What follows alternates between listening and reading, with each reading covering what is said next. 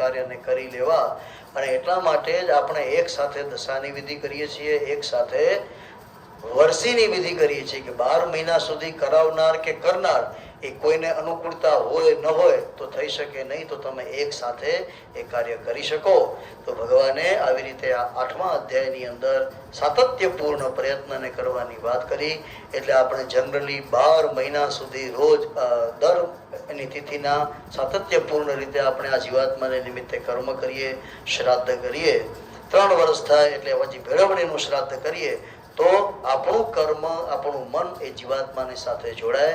જેમ જીવાત્માની સાથે જોડાય એવી રીતે આપણું મન પરમાત્માની સાથે જોડાય. એ જ આ મૂળભૂત ગીતાનો હાર્દ બતાવવામાં આવ્યો. ગીતાની આજ્ઞા એટલા માટે જ કરવામાં આવી. ઓમ તત્સત ઇતિ શ્રીમદ ભગવદ્ ગીતા સુપનિષત્સુ બ્રહ્મ વિદ્યાયામ યોગ શાસ્ત્રે શ્રી કૃષ્ણાર્જુન સંવાદે અક્ષર બ્રહ્મ યોગ નામ 8મોऽધ્યાય. શ્રી કૃષ્ણાર્પણમસ્તુ.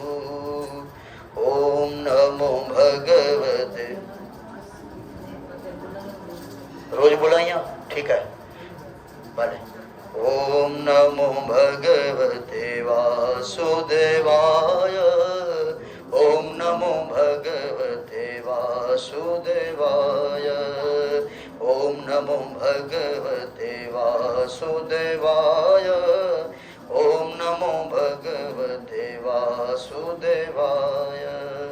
ओम नमो भगवते वासुदेवाय.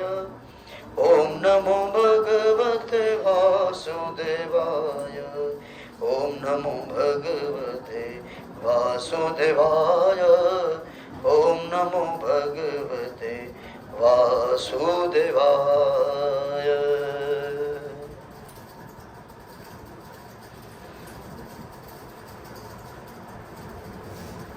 मैडम आरती करी गया पोए बोलता सी बने.